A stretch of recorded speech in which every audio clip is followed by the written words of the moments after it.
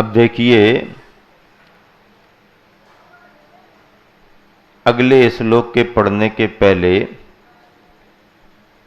जो क्रम बतलाया गया है साम्यभावी साधक का, उसमें कहां कहां तक विचार किया जाता है। आप 10 लक्षण पर्व में पूजन करते हैं, क्षमा धर्म की पूजा करते हो, तो उसमें वे मुनिराज समता का भाव धारण करके उन प्रतिकूलताओं को क्या क्या समझ करके छोड़ देते हैं, महत्व नहीं देते हैं। इसने मुझे अपशब्द ही तो कहे हैं, हमारा कुछ बिगाड़ा थोड़ी है, अपशब्द ही तो कहे हैं ना। और शब्द हमारा स्वभाव नहीं है, आए और गए, उसने दिए, हमने उन्हें स्वीकार ही नहीं किया। और अगर मान लीजिए सामने सामने दिख जाए तो कह देंगे कि भैया अभी तुम्हारे द्वारा प्रेषित इन शब्दों की हमें जरूरत नहीं है, क्योंकि ऐसे शब्दों का स्टॉक हमारे पास पहले से ही बहुत ज्यादा है, हमारे पास बहुत स्टॉक है, उसका उपयोग हम नहीं कर रहे हैं, ये बात अलग है। हमारे पास तो है, अभी जरूरत नहीं है, आपके शब्द आपके लिए वापस किए जाते हैं, अगर जरूरत पड़ेगी तो फिर देख लेंगे। अब अगर ऐसा कह दिया, टाल दिया, तो एक बहुत बड़ी प्रतिकूलता को भी बहुत हल्के शब्दों में निकाल देते हैं। और अगर चिंतन करेगा तो क्या करेगा, इसने अपशब्द ही तो कहे हैं, हमारा कुछ बिगाड़ा तो नहीं। फिर अगर मान लीजिए वो शरीर पर कुछ प्रहार करने लगे, मारने लगे, तो विचार क्या करते हैं, ये शरीर पर ही तो विघात कर रहा है, ये हमारी आत्मा का तो कुछ बिगाड़ कर नहीं सकता। इत्यादि प्रकार से कहां तक बहुत गहरे भावों में चिंतन चला जाता है। और उन प्रतिकूलताओं में भी समता का भाव रख करके साधक अपनी साधना में आगे बढ़ जाता है। देखो, इन सब में मन का खेल है। क्या है? मन का खेल है। मन बदल गया तो पूरा वातावरण बदल गया, और मन नहीं बदला तो अच्छा वातावरण भी खराब हो सकता है। हां, मन बदलने पर है। वही चीज जो तुम्हें प्रतिकूल लग रही, अगर तुम मन को बदल करके वैसा विचार करने लगो तो अनुकूल लगने लगती है, और अगर वैसा विचार ना करो तो प्रतिकूल लगने लगती है। हम परिस्थितियां नहीं बदल सकते हैं, अपने परिणाम बदल सकते हैं। परिस्थितियां वातावरण के आश्रित होती हैं, मौसम के आश्रित होती हैं, माहौल के आश्रित होती हैं, वो हमारे हाथ में नहीं है। परिस्थितियां हमारे अनुसार हो, ये हमारे हाथ में नहीं है। परिणाम हमारे आश्रित हो सकते हैं, ये हमारे पास। इसलिए कभी कभी बहुत परेशानी में भी व्यक्ति खुश नजर आता है, और कभी कभी बहुत अनुकूलताएं होने पर भी खुश नजर नहीं आता। क्यों? अपने अपने परिणाम हैं। यहां पर क्या कह रहे हैं, अब संसार में जीव किस तरह घूमता है, संसार में जीव किस तरह घूमता है। राग द्वेष द्वयी दीर्घ नेत्राकर्षण कर्मणा अज्ञानात् सुचिरं जीवः संसाराब्धौ भ्रमत्यशौ। एक साथ मिलकर के, राग द्वेष द्वयी दीर्घ नेत्राकर्षण कर्मणा अज्ञानात् सुचिरं जीवः संसाराब्धौ भ्रमत्यशौ। जीवः संसारी प्राणी, संसार अब्धौ इस संसार के समुद्र में, किस समुद्र में? संसार के समुद्र में। बाहर का समुद्र तो मालूम है, समुद्र वो है जिसका ओर छोर पता ना हो, गहरा हो, डर लगता हो, देखने में अच्छा लगता है, अंदर उतरने में डर लगता है। समुद्र को देखने जाते हैं, ऊपर ऊपर से देखने जाते हैं, अंदर से भी देखने जाते हैं, पर वो अपने साधन सुविधाओं से जाते हैं। तो बाहर के समुद्र का परिचय तो सभी को है। आचार्यों ने इस संसार को भी समुद्र कहा है। क्या कहा?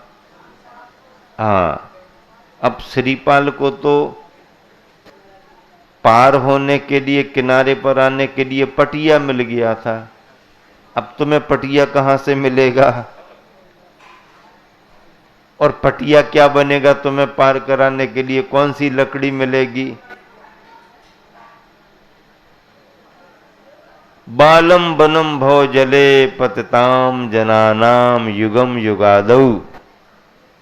हमको भी पटिया मिला, हमको भी जहाज मिल गया, हमको भी सहारा मिला। कौन सा सहारा, कौन से जहाज? युग के आदि में युगादि पुरुष आदिनाथ भगवान के दोनों चरण हमारे को आलंबन स्वरूप हुए। आलंबन मिला। इस संसार के सागर में सबसे पहला जहाज कौन बना? हमारे आदिनाथ भगवान के चरण बने। क्यों बने? उनके पहले तो कुछ था ही नहीं। उनके पहले भी 24 थी, लेकिन उस 24 से फिर हमारा संबंध टूट गया, फिर बीच में भोग भूमि आ गई।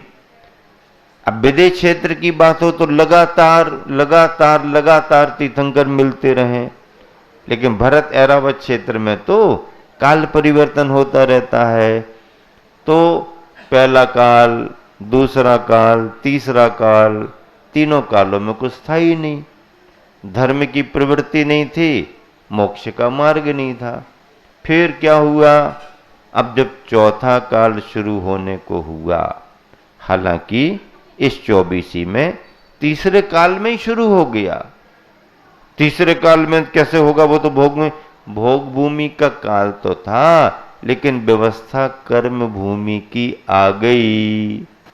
कल्प वृक्ष मुरझाने लगे, गायब होने लगे।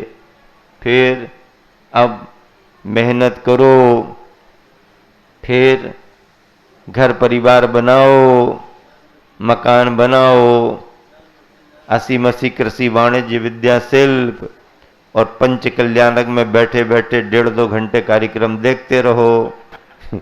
अब इसके बाद ये आ रहा, अब इसके बाद ये आ रहा, अब इसके बाद ये आ रहा। ये जब देखोगे तो उसके बाद ही तो फिर ज्ञान कल्याणक तुम्हारे को मिलेगा। ऐसे ज्ञान थोड़ी होने वाला है। इसके पहले वैराग्य भी नहीं होगा, दीक्षा भी नहीं होगी। ये सब दिखाए जाते हैं। भोग भूमि के काल में संयम नहीं है, सम्यक दर्शन तो है, सम्यक ज्ञान भी है, लेकिन संयम नहीं है, सम्यक चारित्र नहीं है। इस 24 में तीसरे काल में ही कर्म भूमि की व्यवस्था आ गई, तो संयम भी शुरू हो गया, मोक्ष का मार्ग भी शुरू हो गया। तो मुक्ति के मार्ग पर सबसे पहला कदम किन्होंने रखा? किन्होंने रखा? आदिनाथ भगवान ने रखा। भगवान कहा जाता है, भगवान बने नहीं थे, मुनि रूप में पहला कदम रखा। स्वतंत्रता के मार्ग पर सबसे पहला कदम किन्होंने रखा? आदिनाथ भगवान ने। उसके पहले तो स्वतंत्रता थी नहीं, संयम का मार्ग ही नहीं था, मोक्ष मार्ग नहीं था। तो मुक्ति के मार्ग पर पहला कदम युगादि पुरुष आदिनाथ, उन्होंने निर्ग्रंथ मुनि दीक्षा ली और मोक्ष मार्ग आगे बढ़ गया। 1000 वर्ष तक तप किया, आहार विहार किया और फिर केवल ज्ञान प्राप्त कर लिया। 6 महीने तक तो योग निरोध, ध्यान, योग निरोध नहीं, ध्यान। 6 महीने तक क्या किया? ध्यान। और 7 महीना 8 दिन तक क्या? 7 महीना 8 दिन तक आहार का योग नहीं बना। चैत्रबदी नवमी को दीक्षा ली। चैत्रबदी नवमी से बैसाख बदी नवमी 1 बरस, बैसाख बदी नवमी से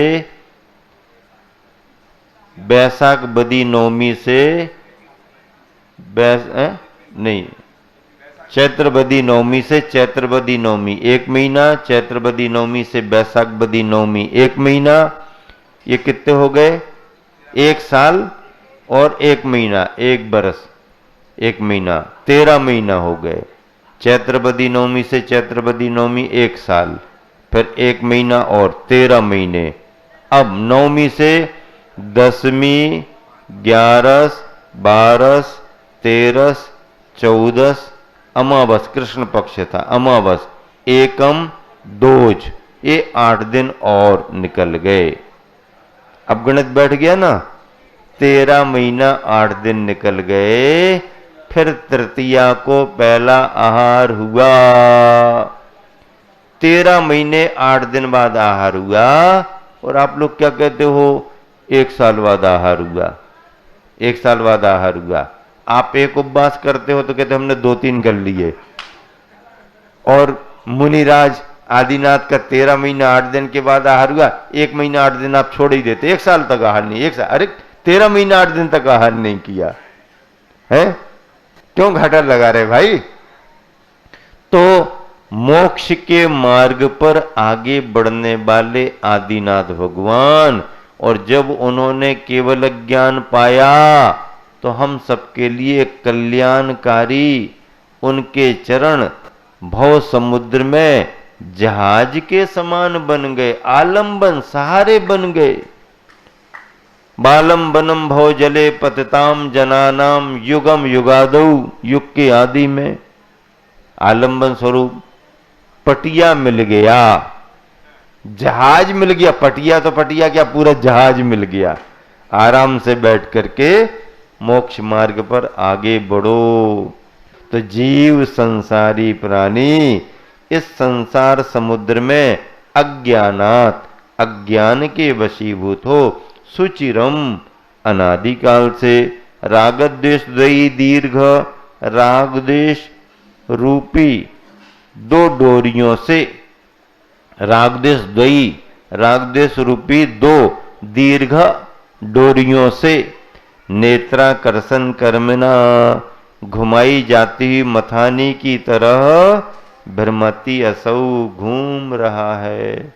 चिरकाल से यह जीव अज्ञान के द्वारा संसार के समुद्र में रागद्वेष रूपी 2 रस्सियों से बंधा हुआ मथानी की तरह घूम रहा, भ्रमण कर रहा। समुद्र संसार है। संसार क्या है? समुद्र। समुद्र मंथन की कहानी तो सुनते हो ना?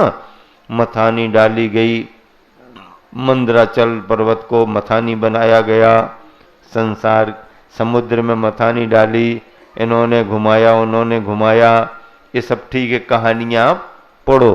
लेकिन दार्शनिकता क्या है कि संसार को समुद्र बनाया और राग द्वेष की 2 डोरियों से ये मोह की मथानी तुम्हारी घूम रही है। जैसे मटके में दही रख दिया गया हो और उस पर मथानी डालो और मथानी को रस्सी लगा लो, दोनों डोरियां पकड़ो, एक को खींचो छोड़ो और दही मत्ता जाता है, नवनीत निकलने लगता है। तो जैसे ये मथानी दही का मंथन कर रही है, ऐसे ही मोह की मथानी से, जिसमें राग द्वेष की डोरियां लगी हैं और ये डोरियां निरंतर संसार के समुद्र को मथ रही हैं, मथानी घूम रही है, भ्रमण कर रही है। दोहा देखिए क्या लिखा है, भ्रमे जीव भव दधि विषय सुचिर काल बिन ज्ञान। राग द्वेष की डोर से घूमत यथा मथान। मथान मथानी, गुरुवर का किया हुआ पद्यानुवाद देखिए।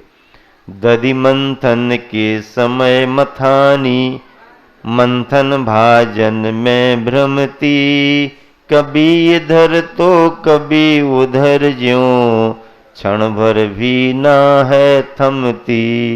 राग द्वेष की लंबी लंबी डोरी से यह बंधा हुआ। ज्ञान बिना ज्यों भव में भ्रमता।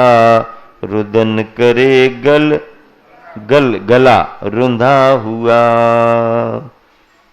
जीव जो है राग द्वेष की एक तरह से मथानी से या रस्सियों से बंधा हुआ भ्रमण कर रहा है। भ्रमण कौन कर रहा है? जीव भ्रमण कर रहा है। कहाँ भ्रमण कर रहा है? संसार के सागर में भ्रमण कर रहा है। कौन से सागर में भ्रमण कर रहा? संसार के सागर में भ्रमण कर रहा। क्यों भ्रमण कर रहा? क्यों भ्रमण कर रहा? राग द्वेष की डोरियां मथानी में लगी हुई हैं। जीव रूपी मथानी है। जीव रूपी मथानी क्यों घूम रही? क्योंकि जीव रूपी मथानी राग द्वेष की डोरी से बंधी है।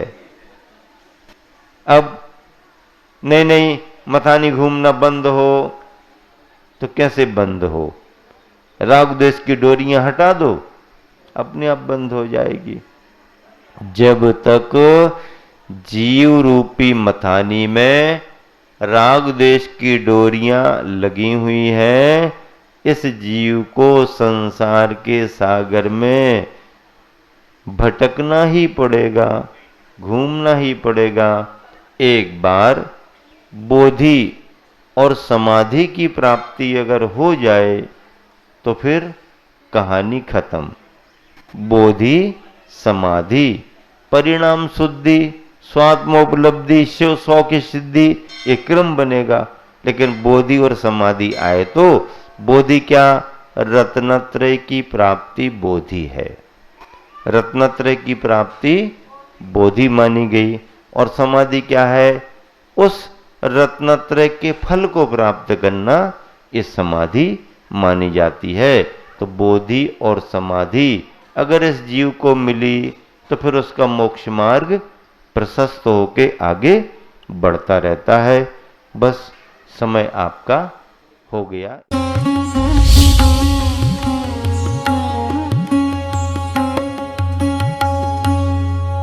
जिनकी